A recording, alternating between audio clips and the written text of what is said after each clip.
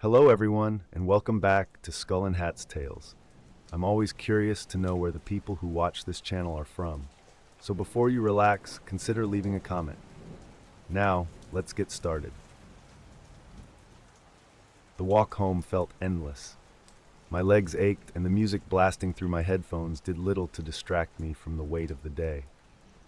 I barely registered my surroundings, the familiar streets, the faint glow of porch lights, the occasional bark of a distant dog. My focus was solely on putting one foot in front of the other, the rhythm of the music driving me forward. When I reached the house, I didn't even look up. My fingers worked on autopilot, fishing my keys from my pocket and fitting one into the lock. The door clicked open, and I stepped inside, already reaching to pull my headphones off. The moment the door closed behind me, something felt off. I paused, standing just inside the entryway. The air was heavy, almost suffocating, and carried a faint, unfamiliar smell, a mixture of damp wood and something metallic. The layout looked right at first glance, but as my eyes adjusted to the dim interior, small details began to prick at my senses. The coat rack was missing. The picture frames lining the hallway were wrong. Abstract landscapes instead of the family photos I'd walked past 1,000 times. I hesitated, my heartbeat quickening as I tried to make sense of it. My first thought was that I'd entered someone else's house. But how? The house was identical to mine, right down to the creaky floorboards beneath my feet. I glanced over my shoulder, the door behind me now feeling impossibly far away. The house was silent, but not the comforting silence of an empty space. It was a weighted silence, pressing down on me, filling the air with a sense of something unseen. I took a tentative step forward, not because I wanted to explore, but because I felt compelled to. Each step felt like I was crossing into something forbidden. I moved cautiously, my breath shallow as I scanned the dimly lit hallway. The furniture was all wrong, similar in style, but arranged haphazardly, as though someone had tried to replicate my home from memory and failed. Then I noticed the living room. I stopped in my tracks, unable to process what I was seeing. The room was bathed in a strange, flickering light, emanating from an old television in the corner. The static-filled screen cast an eerie glow, illuminating the scene in fits and starts. The furniture had been pushed to the edges of the room, leaving an open space in the center. Lying there, motionless, was something. It was covered in a heavy tarp, its outline ambiguous but unmistakably human in shape. Dark stains seeped through the fabric, pooling on the wooden floor beneath it. I felt a wave of nausea rise in my throat, my legs frozen as I tried to process what I was looking at. My mind screamed at me to leave, to turn around and run, but my body refused to obey. Before I could force myself to move, a sound shattered the silence, a faint creak of a floorboard behind me. I turned slowly, my breath caught in my chest. A man stood in the doorway, his face partially obscured by the shadows. He was tall, his posture unnervingly calm, and his eyes, cold and unblinking, locked onto mine. Neither of us moved for what felt like an eternity. Then, without a word, he reached behind him and locked the door with a deliberate click. My heart pounded in my chest as he took a step forward. I instinctively backed away, my hands trembling at my sides. "You shouldn't be here," he said finally, his voice low and steady. There was no anger in his tone, only a cold, calculated menace. I stammered, but he raised a hand to silence me. "Don't speak," he said, his gaze piercing through me. "You didn't see anything. You weren't here." I nodded, my throat too dry to respond. He stepped closer, his face now fully illuminated by the flickering light of the television. His expression was unreadable, but his eyes burned with something primal, something that made every muscle in my body scream to run. "If you say a word," he continued, his voice barely above a whisper, "I'll know, and I'll find you." He stared at me for a moment longer before stepping aside and unlocking the door. "Go." I didn't hesitate. I bolted for the door, my hands fumbling with the handle as I stumbled out into the night. I don't remember the walk home. My legs carried me on autopilot, my mind replaying the horrifying scene over and over, the tarp, the stains, the man's voice. When I finally reached my house, my real house, I slammed the door shut behind me and locked it, pressing my back against it as I tried to catch my breath. The silence of my home, once comforting, now felt oppressive. Every shadow seemed to stretch too far, every creak of the house too deliberate. I paced the small living room, unable to sit still, my thoughts racing. What had I seen? Was it real? Should I call the police? The man's warning echoed in my mind, silencing the idea before it could take root. I'll know, and I'll find you. The night passed in restless silence. I didn't sleep. Every sound outside sent a jolt of panic through me, and I found myself constantly checking the windows for signs of movement. As the sun rose, I told myself it was over, that the man wouldn't follow me. But as I glanced outside one last time, my stomach sank. At the end of the street, barely visible in the early morning haze, was a figure. It stood motionless, facing my house. The figure at the end of the street remained for what felt like hours. I stood frozen by the window, unable to tear my eyes away. It didn't move, didn't shift, didn't even seem to breathe. I couldn't make out any details, just the dark outline of someone standing there, facing my house. Eventually, the morning light grew stronger, and the figure vanished into the haze. I wanted to believe it was my imagination, that my mind had conjured it from fear and exhaustion, but deep down I knew better. That day passed in a haze of paranoia. Every sound, every movement outside my window felt amplified, sinister. I couldn't concentrate on anything. My phone sat on the table, taunting me with the thought of calling someone for help, but the man's warning echoed in my mind. By nightfall, the oppressive silence returned, heavier than before. I double-checked every lock, closed every blind, and kept every light in the house on. But even with the precautions, I couldn't shake the feeling that I was being watched. At some point, I thought I heard faint footsteps outside. I convinced myself it was an animal, or perhaps the wind stirring the leaves. But when I crept to the window to peek outside, the street was empty. Just as I was about to step away, I noticed something new. A small piece of paper stuck to the glass on the outside. My stomach turned as I carefully opened the window and retrieved it. In bold block letters, the note read, "You've been warned." I couldn't stay. The fear had burrowed too deep, every shadow and creak in the house sending my heart racing. That night I packed a bag with essentials and made a plan to leave at first light. I didn't care where I went. Anywhere was better than staying here. The hours dragged by as I waited for morning, my nerves frayed by every sound.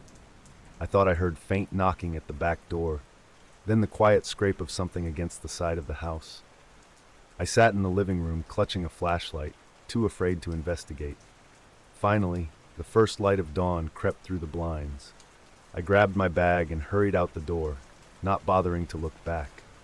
My aunt's house was 2 towns over, a safe haven I hadn't visited in years, but it was the only place I could think of. The drive was uneventful, though my eyes darted constantly to the rearview mirror, expecting to see headlights following me. My paranoia wouldn't let me relax until I pulled into my aunt's driveway and shut the car off. She greeted me warmly, her concern evident as I stammered out a vague excuse about needing a change of scenery. I didn't tell her the truth. I couldn't. For the first time in days, I slept.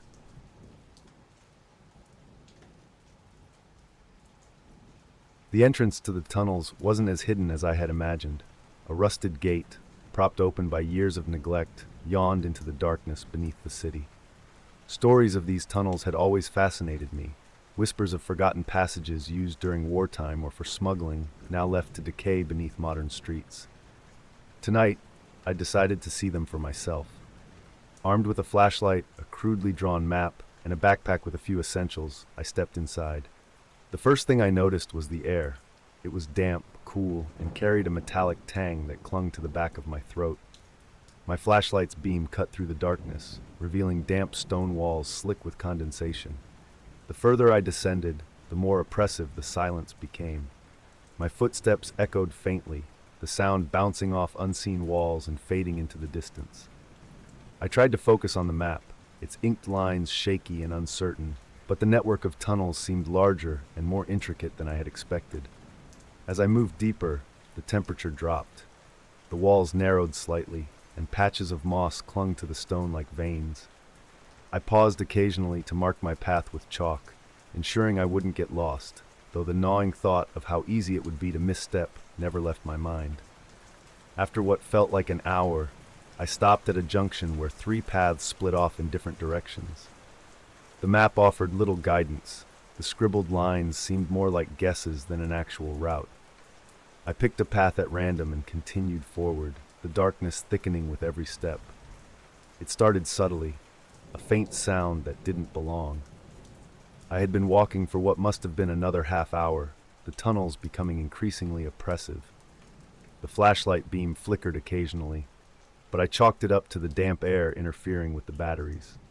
The path had narrowed further, the walls pressing closer, as though the tunnel itself was trying to close in on me. Then I heard it, a faint, rhythmic tapping. It was distant, barely audible above the sound of my own footsteps, but unmistakably there. At first I dismissed it as water dripping from the ceiling, a natural sound in a place like this. But as I continued, the sound persisted. It wasn't random like dripping water. It had a rhythm, deliberate and calculated. I stopped in my tracks, holding my breath. The tapping stopped too. The silence that followed was deafening, the absence of sound more unnerving than the noise itself. Slowly, I started walking again, and after a few steps, the tapping returned. My chest tightened. I turned off the flashlight, plunging myself into complete darkness. My breathing was shallow, my ears straining to catch any sound. For a moment, there was nothing but the pounding of my own heart. Then it came again, this time louder. Footsteps. Panic surged through me as I flicked the flashlight back on and started walking faster.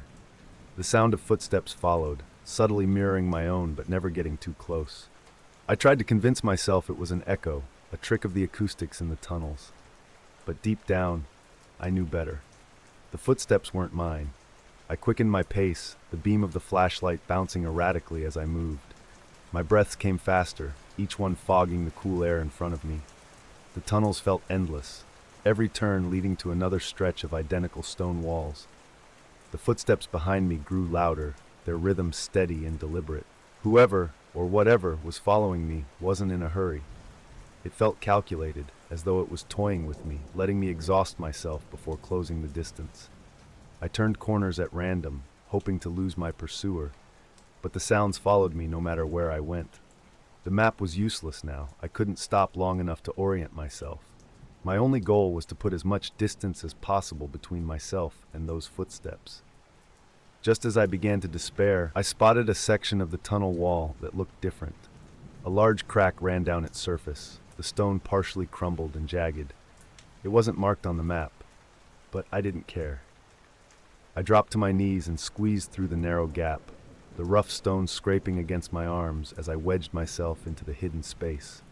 I turned off the flashlight and pressed myself against the wall, barely daring to breathe. From my hiding spot, I had a partial view of the tunnel I'd left behind. The darkness was thick, the beam of my flashlight now extinguished to avoid detection. My heart hammered against my ribs as I strained to hear any sound over my own shallow breaths. Then, the footsteps returned. A shadow appeared in the tunnel, just barely illuminated by the faint light filtering in from somewhere above.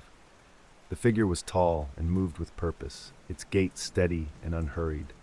I couldn't make out any features, but there was something about its movements that made my skin crawl, calculated, almost predatory. I pressed myself further into the crack, the jagged stone digging into my back. The figure stopped briefly, tilting its head as though listening. My chest tightened, every muscle in my body screaming to stay still. After what felt like an eternity, the figure continued down the tunnel, the sound of its footsteps fading slowly into the distance. I stayed hidden for a long time, unsure how much time had passed. The air in the crack was stifling, and my legs ached from being wedged in such a narrow space. Finally, I worked up the courage to emerge, carefully squeezing back into the tunnel. Relief washed over me as I turned on the flashlight and saw nothing but empty stone walls. The silence felt heavier now, but at least the pursuer was gone, or so I thought. I had barely taken 2 steps when a sharp sound echoed behind me, a loud, scratching noise followed by a low, disturbing thud. I froze, the beam of my flashlight shaking as I turned it toward the source of the noise. The darkness beyond revealed nothing, but the oppressive weight of being watched returned with full force. Acting on instinct, I ran. My footsteps echoed violently in the confined tunnel as I ran, the beam of my flashlight bouncing wildly with each frantic step.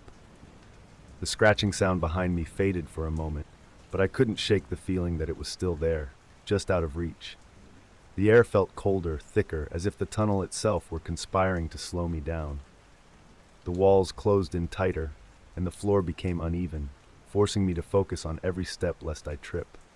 My breathing was ragged, my chest heaving, but I couldn't stop. Then I heard it again, the faint sound of footsteps. This time, they weren't mirroring mine. They were faster, heavier, and growing louder. Whoever, or whatever, it was had picked up speed, and it was closing the distance. I turned blindly, choosing paths at random, the map now useless in the chaos. The tunnels seemed to twist endlessly, each turn identical to the last. My mind raced with panic, my body driven by pure instinct. I reached a section where the tunnel widened slightly, the air damp and suffused with an earthy smell. My flashlight flickered, casting fleeting shadows that seemed to shift and dance on their own. The footsteps were louder now, relentless, echoing off the stone walls and making it impossible to tell where they were coming from. Ahead, the tunnel split again. Without thinking, I chose the left path, praying it would lead somewhere safe. But as I rounded the corner, my stomach sank dead end. The walls loomed ahead of me, bare and unyielding. I spun around, my flashlight beam sweeping the tunnel, but nothing was there. The footsteps had stopped. The silence was worse. I pressed my hands against the cold stone wall of the dead end, desperation clawing at me. My fingers brushed against something rough, carvings etched into the surface. I shone the flashlight closer, revealing strange symbols scratched into the stone. They were jagged and crude, their meaning indecipherable but undeniably deliberate. My fingers moved over the carvings, searching for anything, a hidden lever, a weak spot in the wall. My palm pressed against a section that felt slightly different, the stone colder and smoother than the rest. On impulse, I pushed. The wall gave way with a low groan, revealing a narrow passage behind it. The air that rushed out was colder and carried a faint, putrid smell that made my stomach churn. But the footsteps resumed, faint and deliberate, echoing from the direction I had come. I had no choice. I squeezed through the gap, the jagged edges of the wall scraping against my arms and shoulders. The passage beyond was even narrower than the main tunnels, the ceiling low enough that I had to crouch. My flashlight flickered again, the beam barely illuminating more than a few feet ahead. The passage twisted unnaturally, the turns sharp and abrupt. The walls were different here, darker, damp, and covered in patches of mold that seemed to pulse faintly in the dim light. The symbols reappeared sporadically, their presence more frequent as I moved deeper. Then I heard it, not just one set of footsteps, but several. They were faint at first, like whispers of movement, but they grew louder, overlapping in an erratic rhythm that seemed to come from all sides. My chest tightened as I realized I was no longer being pursued by one figure. There were more of them, and they were closing in. I ran with all the strength I still had, and after a few minutes I saw a part of the tunnel that was broken. There were vines falling into the tunnel. I climbed up them. When I came out, I couldn't run. I was too tired. I walked home and always looked back to make sure I was alone.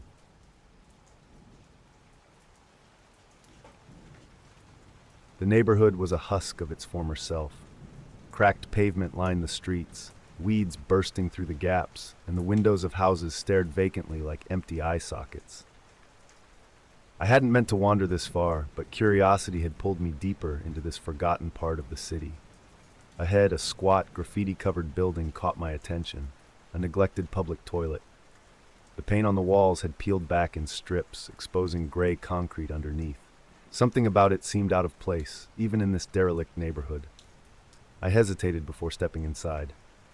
The air grew heavy as I passed through the doorway, a damp smell rising to meet me. The first thing I noticed was the silence. No wind, no distant hum of traffic, nothing. My footsteps echoed faintly against the cracked tiles.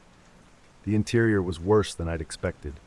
Scratches covered the walls, deep, jagged marks that looked like they'd been made in desperation. I ran my fingers over them absent-mindedly, trying to imagine what might have caused such damage. Then I saw it, a dark stain on the floor, dried and crusted. My stomach turned as I stepped closer and realized it was blood. Nearby, smeared handprints trailed across the walls, as if someone had tried to drag themselves along. The room felt colder, the air pressing against my chest. I couldn't stay any longer. Turning quickly, I made my way out, my footsteps echoing louder than before. The oppressive silence of the neighborhood outside felt almost welcoming after what I'd seen. But the unease lingered, clinging to me like the damp air. As I continued walking, my thoughts circled back to the scratches and blood. The scene replayed in my mind, growing more unsettling with each repetition. I told myself it was none of my business, just a remnant of something long past. But the uneasy feeling wouldn't let go. It started as a whisper of a thought, a prickle at the back of my neck. I was being watched. I glanced over my shoulder casually at first, pretending to adjust my jacket. The street behind me was empty, a stretch of broken pavement flanked by crumbling houses. Nothing moved. I kept walking, my pace quickening slightly. But as I passed a shattered window, something caught my eye, a faint reflection. A figure, distant but deliberate, was walking behind me. I froze for a moment, pretending to adjust my shoe. When I stood again and glanced back, the figure was gone. The rational part of my mind tried to explain it away. Maybe it was just my nerves playing tricks on me, a shadow caught in the corner of my eye. But the growing sense of unease was undeniable. Then I heard it. The crunch of gravel, faint but distinct. Someone was behind me, and they weren't trying to hide it anymore. Panic set in as I searched for a way out. Ahead, I spotted an overgrown lot, its edges lined with rusted metal scraps and collapsed fences. It wasn't much, but it offered some cover. I slipped into the lot, crouching low behind a pile of debris. My breath was shallow, and my heart pounded against my ribs as I tried to stay as silent as possible. For a few moments, there was nothing but silence. Then came the sound of slow, deliberate footsteps. Through a gap in the debris, I caught a glimpse of the figure. They moved with unnerving calm, scanning the area methodically. I couldn't make out their face, but their posture radiated intent, as if they knew I was nearby. I shifted slightly, trying to stay out of view, but the movement must have caught their eye. The figure froze, their head tilting slightly before stepping toward my hiding spot. Adrenaline surged, and I bolted from the lot. The neighborhood blurred as I ran, my legs burning with effort. I turned down random streets, weaving through the maze of decayed houses and debris-strewn yards. Every corner felt like it could lead to a dead end, but I didn't dare stop to think. The sound of footsteps followed me, relentless and measured. My pursuer wasn't running, but they knew these streets far better than I did. I rounded a corner and stumbled into a narrow alley between two houses. The walls loomed over me, their windows shattered and dark. At the far end, I spotted a house that seemed slightly more intact than the others. The front door hung open, swaying gently in the breeze. I didn't hesitate, slipping inside and pulling the door closed as quietly as I could. The interior was dark, the smell of mildew strong in the air. I moved deeper into the house, the floor creaking underfoot. Broken furniture and rotting wood littered the rooms, but I found a corner shrouded in shadows and crouched there, my breathing shallow. Outside, the footsteps grew louder, pausing just outside the door. The sound of footsteps outside the door was impossibly loud in the silence. My heart pounded so fiercely that I was sure it would give me away. I crouched lower into the shadowed corner, trying to blend into the decayed surroundings. The door creaked open slowly. I stifled a gasp as pale light from the outside spilled into the house. A silhouette filled the doorway, tall and imposing. The figure stepped inside, their movements unnervingly deliberate. I stayed completely still, my back pressed against the damp wall. The air was heavy, suffocating, and every instinct screamed at me to run. But I knew better. The floorboards groaned under the figure's weight as they moved through the house, their steps slow and calculated. They stopped in the middle of the room, their head tilting slightly, as if listening. I held my breath, my chest tight, each second stretching into eternity. They moved again, their footsteps echoing as they began checking the adjoining rooms. Every sound felt magnified, the soft rustle of fabric, the faint creak of hinges as they opened a door. They were searching methodically, and it was only a matter of time before they reached me. My muscles tensed as I prepared to bolt, but just as they neared my hiding spot, they stopped. The figure stood there for a long moment, their breathing barely audible. Then, without a word, they turned and walked back toward the door. I didn't move until I heard the sound of the door creak shut behind them and the faint crunch of their footsteps fading into the distance. I waited, counting every second, straining to hear if the figure was truly gone. The house seemed to exhale around me, the oppressive silence returning. My legs ached from crouching, but I didn't dare move. Finally, I crept toward the window, keeping low and peeking out from behind the decayed wooden frame. The street outside was empty, the figure nowhere in sight. I knew I couldn't stay here. The house felt wrong, as though it had absorbed the fear of everyone who had ever sought refuge in its walls. The graffiti covering the walls, jagged, angry lines and cryptic symbols, felt like warnings, screaming at me to leave. I gathered my courage and slipped out through the back door, the hinges protesting softly as I opened it. The backyard was overgrown with weeds and littered with broken furniture, but it offered a clear path to the next street. My relief was short-lived.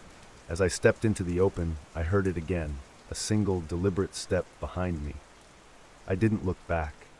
Fear propelled me forward, my legs carrying me through the labyrinth of abandoned streets. Every shadow felt alive, every broken window a pair of watching eyes. The neighborhood was endless, each turn leading to more decay, more emptiness. The houses loomed over me, their silence suffocating. Occasionally I passed signs of past struggles, shattered doors, bloodstains smeared across walls, and once a child's shoe lying abandoned in the middle of the road. I couldn't shake the feeling that I wasn't alone. Even when the footsteps stopped, the sense of being followed never left me. My eyes darted to every movement, my ears straining to catch any sound that didn't belong. The streets began to widen, the houses thinning out. I caught glimpses of the city's distant lights through the gaps, a faint promise of escape. My pace quickened, hope blooming for the first time since I'd entered this nightmare.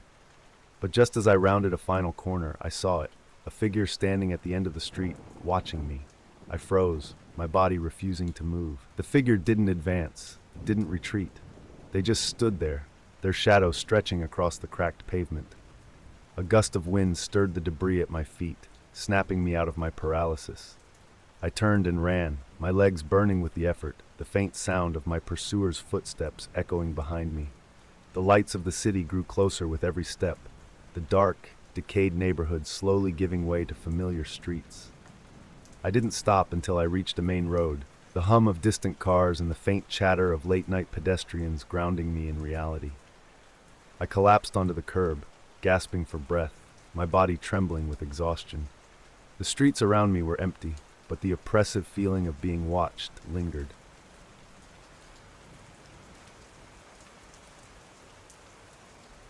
It had been a month since my dog Max had gone missing.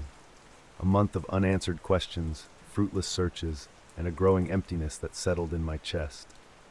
I'd combed the neighborhood, nearby parks, and even the outskirts of town, tacking up flyers on every available surface. Each one bore Max's picture, a happy golden retriever mix with floppy ears and a wagging tail, and my phone number beneath a desperate plea for help. At first, I'd received calls. Well-meaning strangers reported sightings, dogs that looked like Max, but none of them were him. As the weeks stretched on, the calls slowed, then stopped entirely. The flyers faded under the sun and rain, and with them, so did my hope. That's why the phone call took me by surprise. It was late afternoon, and I was in the kitchen, staring blankly at the empty food bowl I still hadn't brought myself to put away, when my phone buzzed. The number was unfamiliar, but a small, persistent part of me clung to the possibility that it might be about Max. Hello? My voice cracked slightly, betraying my eagerness. "Hi, I think I found your dog," the voice on the other end said. It was a man, his tone casual yet clipped, as if he'd made similar calls before. My heart jumped. "You found Max?" "Yeah, found him wandering near the old Miller farm. Looks like the dog in your flyer. The Miller farm." I knew the place, an abandoned stretch of land on the outskirts of town, overgrown and forgotten. It wasn't close to where Max had gone missing, but stray dogs could roam far. Still, something about it felt off. "Can I see him?" I asked, clutching the phone tightly. "Of course. I'll be there tonight around 8. Bring your leash." Before I could ask for more details, the line went dead. My excitement wavered, replaced by unease. But what choice did I have? If there was even a chance it was Max, I had to go. The drive to the Miller farm felt longer than it should have. The road stretched endlessly, winding through fields that had long since been left to grow wild. The last remnants of sunlight cast an eerie orange glow over the landscape, but the growing shadows hinted at the night to come. I glanced at the passenger seat, where Max's leash lay coiled. My chest tightened with a mix of hope and dread. As I neared the farm, the road narrowed, the pavement giving way to gravel. The area around me grew darker, more isolated. I passed rusted gates and sagging fences, their wooden beams bleached gray by years of exposure. Finally, I reached the meeting spot. The Miller farm itself was barely visible, a cluster of dilapidated structures swallowed by overgrown weeds.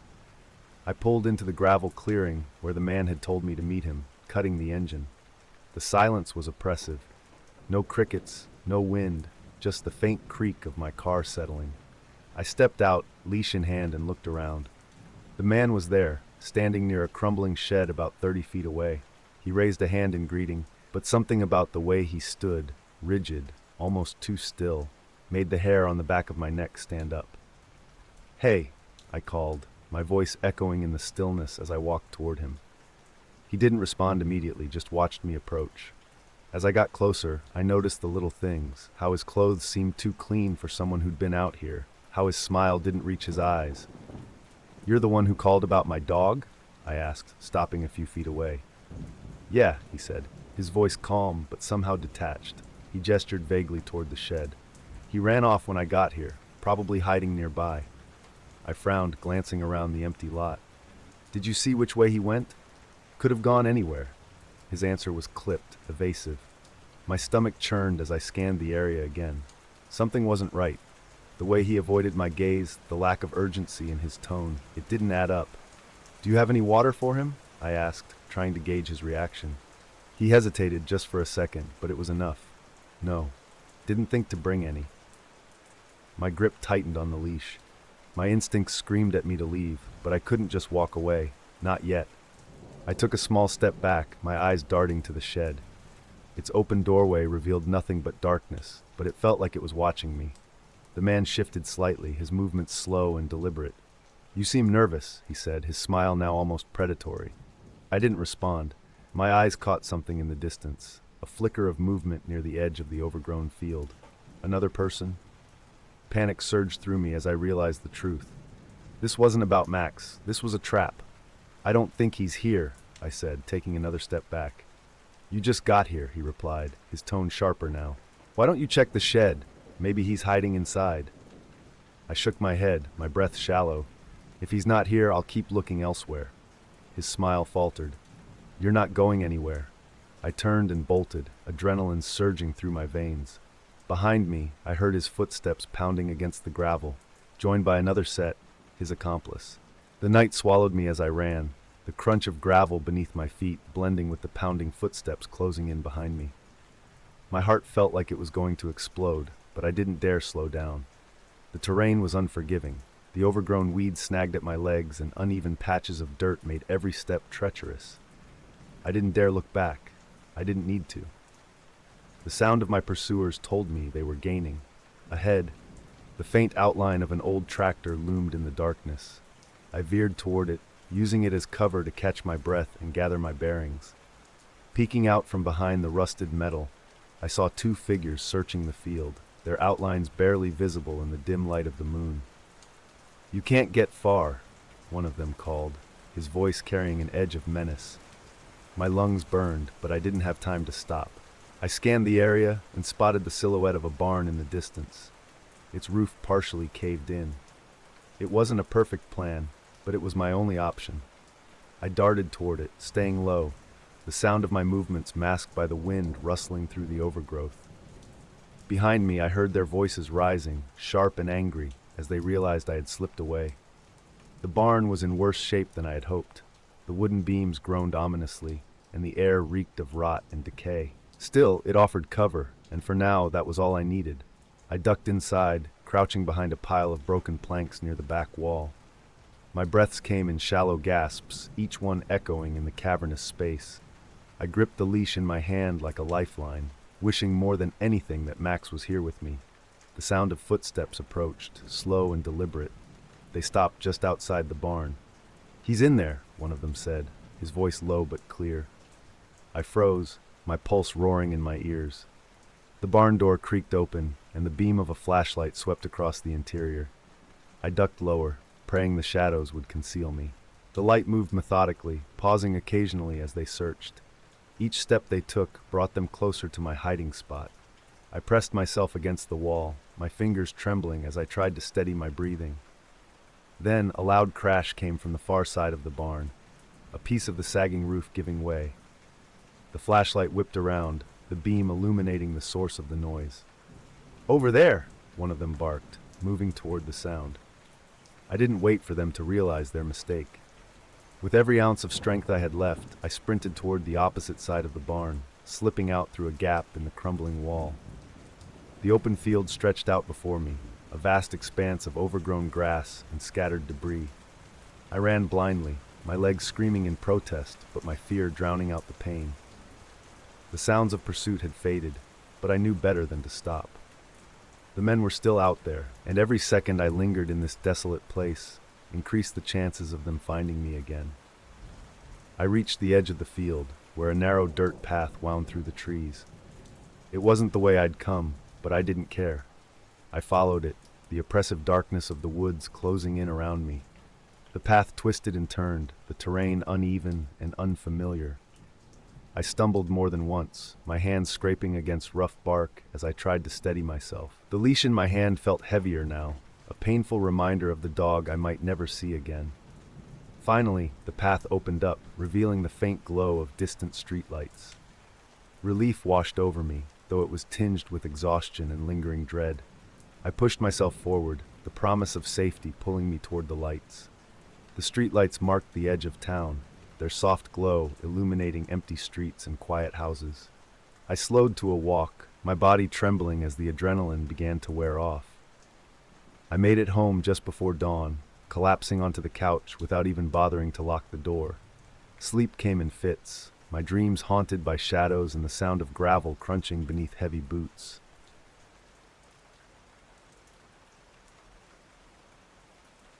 The office was a different place at night. The familiar hum of fluorescent lights felt louder, more oppressive, and the absence of chatter made every small sound reverberate unnaturally. I hadn't planned on returning this late, but I'd left an important file on my desk and couldn't risk starting the next day without it. As I stepped out of the elevator and into the dimly lit hallway, a strange unease settled over me. The air felt heavier, as though the building itself had been holding its breath. When I entered my office, the feeling intensified. My desk wasn't how I'd left it. Papers were slightly misaligned, and my pen, a distinctive, personalized one, had been moved to the edge instead of its usual place in the holder. The drawer where I kept personal notes was slightly ajar. I froze, scanning the room for further signs of intrusion. My heart began to pound as I noticed a piece of paper on my desk, one that hadn't been there before. The handwriting was hurried and jagged, scrawled in thick black ink. "If you value your safety, meet me at the Lantern Bar." The words sent a chill down my spine. Who had been in my office, and why? For a moment I considered calling security, but the thought of trying to explain the note, something so bizarre, made me hesitate. Against my better judgment, I slipped the paper into my pocket. As I left the building, the sterile air of the office gave way to the cool night breeze, but the unease clung to me like a shadow. The Lantern Bar was a hole-in-the-wall establishment on the far side of town, a place I'd passed a dozen times but never entered. Its dim neon sign flickered weakly, casting a faint red glow on the cracked sidewalk below. I hesitated outside, debating whether this was a mistake. The note could have been a prank, a misunderstanding, but curiosity and a nagging fear pushed me forward. Inside, the bar was dimly lit, the air thick with the smell of stale beer and cigarette smoke. A handful of patrons sat scattered at tables, their heads bowed over drinks. A man waved me over from a corner booth. He was average-looking, dressed in a dark hoodie and jeans, but something about him radiated unease. His posture was too still, his eyes too focused as he watched me approach. "You're the one who left the note?" I asked, sliding into the seat across from him. He nodded, his fingers drumming lightly on the table.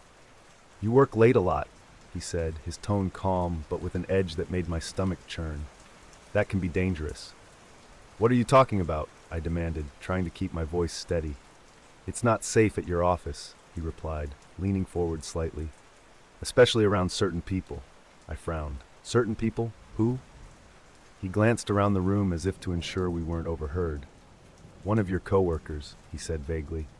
They're not who you think they are. Watch your back.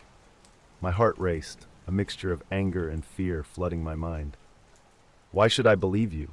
He shrugged. You don't have to, but if you're smart, you'll stay out of that office after dark. He didn't wait for my response. Standing abruptly, he tossed a few bills on the table and left without another word, leaving me sitting there with more questions than answers. The next day, I couldn't stop thinking about the stranger's words. One coworker immediately came to mind, Jared. We had always been on good terms, but his demeanor had been off lately. He seemed distracted, jumpy, even avoiding eye contact during meetings. I decided to confront him during lunch. Jared, I began cautiously, can we talk? Something weird happened last night. He looked up from his sandwich, his brow furrowing. Weird? What do you mean? I hesitated, then explained the events of the previous evening, the note, the bar, and the stranger's cryptic warning. As I spoke, his expression shifted from confusion to concern. That's unsettling, he admitted, lowering his voice. I've noticed things too. I leaned closer. Like what? Jared glanced around nervously before answering. Late at night, I've seen someone outside the building. Same guy, a few different times, just standing there, watching. I didn't think much of it at first, but now... He trailed off, shaking his head. Why didn't you say anything? I asked. I didn't want to seem paranoid, he replied. But maybe I should have. Look, just don't stay late anymore, okay? And keep your doors locked. His warning sent a chill through me. 2 overlapping warnings from 2 very different people. I didn't know what to believe, but one thing was clear. Something wasn't right. Over the next few days, I became hyper-aware of my surroundings, every creak in the office and flicker of movement in the hallways sharpening my nerves. On one occasion, while working late to finish a report, I thought I heard footsteps echoing down the stairwell. They were slow, deliberate, as if someone were pacing. When I stepped out to check, the stairwell was empty. Another time, I noticed a shadow move outside the window. I froze, my heart racing as I peered into the darkness. The parking lot below was empty, but the feeling of being watched lingered long after. Jared's words replayed in my mind. I've seen someone outside the building. The stranger's warning now felt less like paranoia and more like a genuine threat. By the end of the week, I couldn't take it anymore. Whatever was happening, I needed answers. I decided to hire a private investigator, someone who could dig into the situation and uncover what I couldn't. The private investigator I hired, a no-nonsense woman named Rachel, wasted no time getting to work. I provided her with all the details. The cryptic note, the encounter at the bar, Jared's account of a suspicious figure, and the unsettling events in the office. Rachel was skeptical at first, but her expression shifted as I described the shadowy figure outside the building and the stranger's vague warning about my coworker. I'll look into it, she said firmly. If there's something going on, we'll find it. The next few days were a whirlwind of updates. Rachel conducted interviews with building security, reviewed surveillance footage, and even managed to track down some of my coworkers. Her methods were thorough, but the answers didn't come quickly. One afternoon, she called me with an update. Your office building has had some incidents, she began. Break-ins, complaints about people loitering outside, that sort of thing. Nothing recent, but enough to raise a red flag. My stomach tightened. And the stranger? The guy at the bar? I'm working on that, she replied. He's harder to trace, but I have a lead. That evening, I received an email from Rachel. Attached were clips of surveillance footage she'd obtained from the building's management. In several clips, a figure lingered near the office entrance late at night, pacing back and forth or standing completely still. Though the footage was grainy, it was unmistakably the same man I'd met at the bar. Rachel's next update came with chilling details. I found your bar stranger, she said over the phone, her voice grim. He has a record, stalking, harassment, even an incident with violence a few years back. The charges were dropped, but it's clear he has a history of unstable behavior. I sat in stunned silence as she continued. It gets worse. He used to work in your building. I haven't pinned down his exact role yet, but it seems like he was let go after some kind of altercation. He still has connections there, though. That's probably how he knows about you and your coworker. Why is he targeting me? I asked, my voice shaking. That's the part I can't figure out, Rachel admitted. But it's clear he's watching you and Jared. My advice, stay away from the office after dark, and if you see him again, don't engage. Call the police immediately. Her words left me cold. The thought of someone with a violent history having me, and potentially Jared, in their sights was almost too much to bear. The next day, I shared Rachel's findings with Jared. He paled as I explained the stranger's background and connection to the office. This is serious, he said, his voice barely above a whisper. We need to tell security, maybe even the other staff. I agreed, though a part of me wondered how much of this we could truly share without sounding paranoid. We both decided to take precautions, avoiding late nights, keeping our phones close, and always locking our doors. For the next few nights, I followed Rachel's advice to the letter. I left the office before sunset, avoided the parking lot, and kept my blinds closed at home. But the feeling of being watched never left. One evening, while heading to my car, I spotted a figure near the edge of the parking lot. They were too far away to identify, but their stance was familiar, motionless, with an intensity that made my skin crawl. I quickly got into my car and locked the doors, driving away without looking back.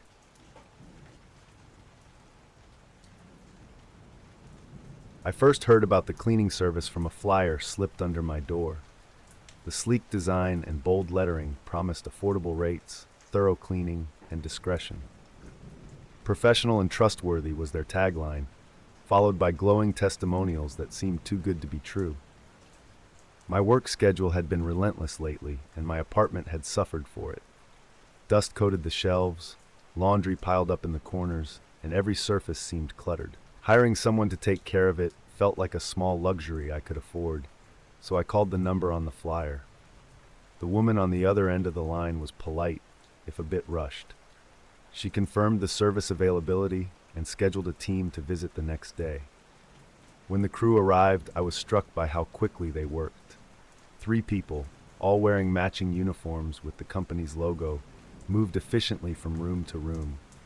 They carried their supplies in large, professional-looking kits and communicated with each other in hushed tones. I stayed out of their way, working in the corner of my living room as they cleaned. Occasionally, I glanced up to see them wiping down counters, vacuuming carpets, and dusting shelves. By the time they left, the apartment was spotless. I was impressed, though something lingered in the back of my mind. They had been thorough, almost too thorough. Drawers I hadn't opened in weeks were slightly ajar, and items like my keys and wallet had been moved. I chalked it up to their eagerness and let it slide, grateful for the cleanliness. The second visit was when I began to notice things. At first, it was subtle, small items slightly out of place. A stack of papers on my desk had been shuffled, a drawer in my bedroom left slightly open, and a watch I rarely wore had disappeared. I told myself I was imagining things. Maybe I had misplaced the watch or forgotten to close the drawer. But the feeling of unease grew stronger with each visit.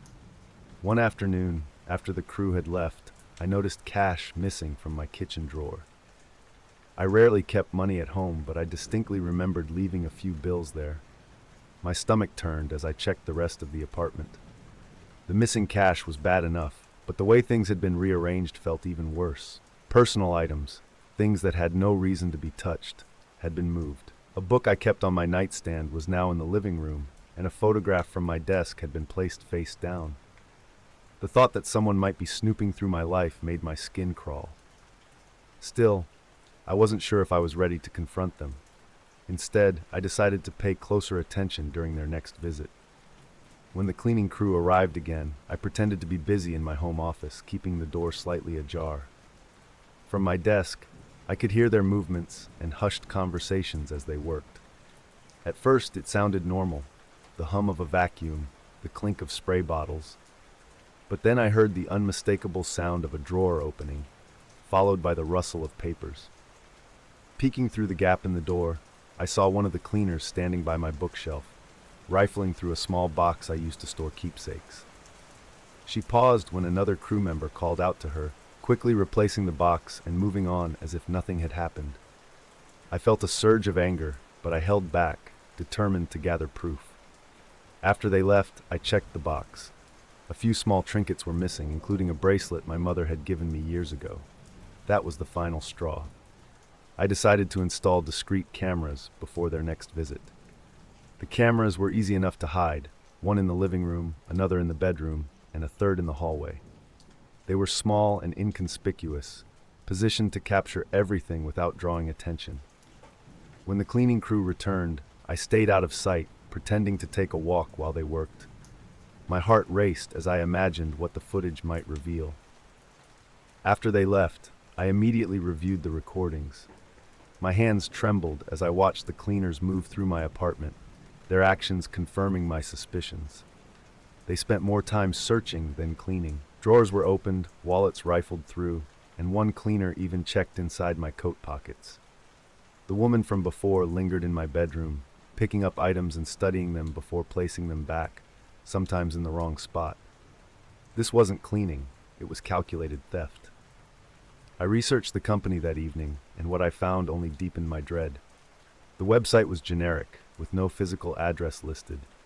Reviews online were suspiciously glowing, all written in the same tone. Worse, I found a forum thread where others described similar experiences. Missing items, rearranged belongings, and an eerie sense of violation. It was clear now. This wasn't just theft. It was a scam operation preying on unsuspecting clients. Armed with the camera footage and a mounting sense of anger, I decided to confront the cleaning crew. I called the company the next morning, feigning ignorance and asking for another appointment. The representative on the other end was polite, but there was something unsettling about her tone. Too practiced, almost robotic. She confirmed the booking without hesitation. When the crew arrived that afternoon, I was ready. My heart pounded as I greeted them, forcing a smile. They moved through the apartment with their usual efficiency, but this time, I didn't leave. I lingered in the living room, watching them closely. It didn't take long for their behavior to shift. One of them, the woman I'd caught on camera, hesitated near my desk, her eyes darting toward me before moving on to another task. The tension in the room was palpable. When they finished, I stood in the doorway, blocking their exit. "I need to talk to you," I said, my voice steady but firm. The woman froze, her expression neutral, but her posture stiff. The two others exchanged a glance, their unease obvious. "I've noticed things missing after your visits," I continued, holding up my phone, "and I have footage of you going through my belongings." Her face hardened, the mask of professionalism dropping.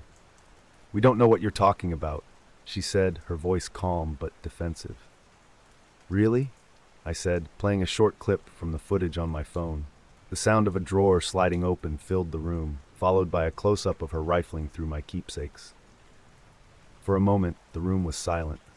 Then she smirked, her demeanor shifting to something colder, more menacing. "You should be careful who you accuse," she said softly, stepping closer. The two others remained silent, their gazes fixed on the floor. The tension in the room was suffocating. I stood my ground, refusing to back down. "I've already taken this to the police," I lied, hoping to rattle her. "They're investigating your company." Her smirk faded, and without another word, she turned and motioned for the others to follow. As they left, she glanced over her shoulder, her voice low and deliberate. "We'll remember this." As soon as the door closed behind them, I locked it and double-checked every window. My hands were trembling as I gathered the evidence, the camera footage, the receipts for their services, and the forum threads I had found online. I went to the local police station that evening, determined to put an end to their operation. The officer who took my statement listened attentively, his expression grim as I showed him the footage. "This isn't the first time we've heard about scams like this," he said, jotting down notes. "But this is some of the most solid evidence we've seen. We'll open an investigation." Relief washed over me, though it was tempered by lingering unease. The officer assured me they would follow up and advised me to avoid further contact with the company. "Change your locks," he added, "and let us know if anything else happens." The days that followed were tense. I replaced the locks on my doors, installed a security system, and avoided venturing out after dark. For the first few nights, I couldn't shake the feeling of being watched. Every creak in the house, every shadow cast by the streetlights outside, set my nerves on edge. Once, I thought I saw a figure standing near the corner of my street, but when I looked again, they were gone. The police updated me sporadically. They were tracing the company's contact information, attempting to link them to other cases. But progress was slow, and the waiting only heightened my anxiety. Then the phone calls began. They were brief and silent, just long enough for me to hear the faint sound of breathing before the line went dead. I blocked each number, but new ones kept appearing. I reported them to the police, but without direct threats, there was little they could do. One night, I found a flyer for the cleaning service taped to my front door. It was identical to the one I had initially seen, but the words, trustworthy and professional, were underlined in red ink. A week later, the police called with news. They had raided the company's supposed office, uncovering stolen property and evidence linking them to multiple cases of theft and fraud. Several members of the operation had been arrested, including the woman who had been in my apartment. The police assured me that the company had been dismantled, but the officer's tone carried a note of caution. "These groups tend to reform under different names," he warned.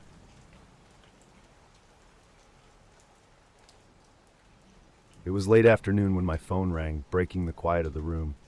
The number was unfamiliar, but something about it made me answer. "Hello?"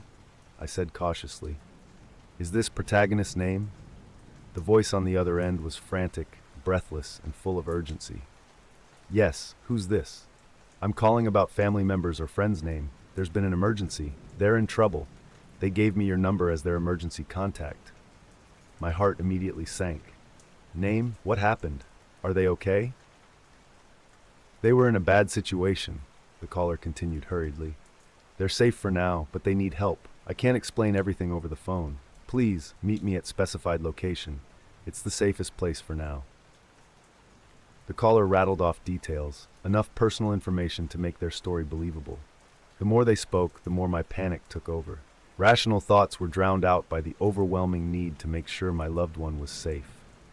"I'll be there," I said, grabbing my car keys. "Just take care of them until I get there." The caller hung up without another word, leaving me with only the sound of my pounding heartbeat. The directions led me to a part of town I didn't know well, a stretch of empty roads flanked by abandoned lots and overgrown fields.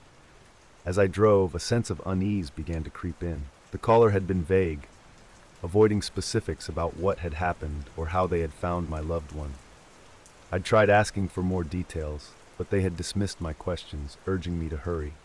With every mile, the surroundings grew more desolate. The buildings thinned out, replaced by empty lots and broken-down fences. The sun was setting, casting long shadows that made the area feel even more isolated. I tried to focus on the road, but the doubt gnawed at me. Something about the caller's voice lingered in my mind, an edge of desperation that didn't quite feel genuine. Finally, I arrived at the location, an old, abandoned parking lot surrounded by crumbling walls and graffiti-covered structures. The place was eerily quiet, the kind of silence that made the hairs on the back of my neck stand up.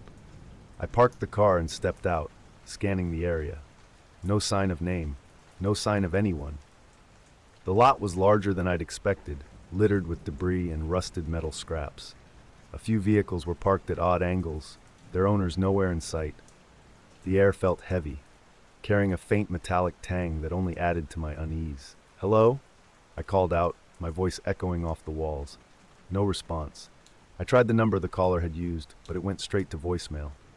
My chest tightened as I walked further into the lot, my footsteps crunching against broken glass. A figure appeared near the edge of the lot, stepping out from behind a derelict structure. It was a man, his hands shoved deep into his coat pockets. "You made it," he said, his voice low and steady. "Where's Name?"